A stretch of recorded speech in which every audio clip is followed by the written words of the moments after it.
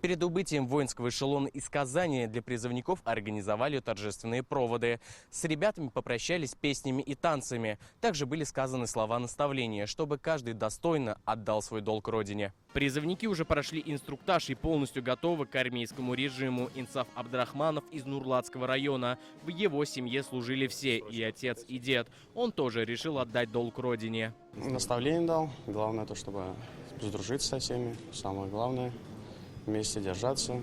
Все-таки нелегкая дорога, целый год. Рафис Хисматов из Рыбной Слободы. Ему 20 лет. Окончил агропромышленный колледж. Об особенностях армейской жизни узнал от родственников. У него служили все двоюродные братья. В армии, говорит, проблем не возникнет. Я спортсмен, проблем нет. Друзья найти, общее знакомство, все, 100 лет.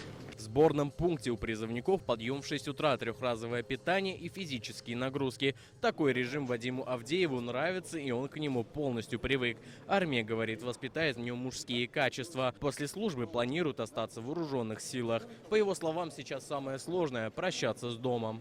Да, конечно, будут скучать. Все равно родные края не притягивают. И от малой родины все равно не уйдешь.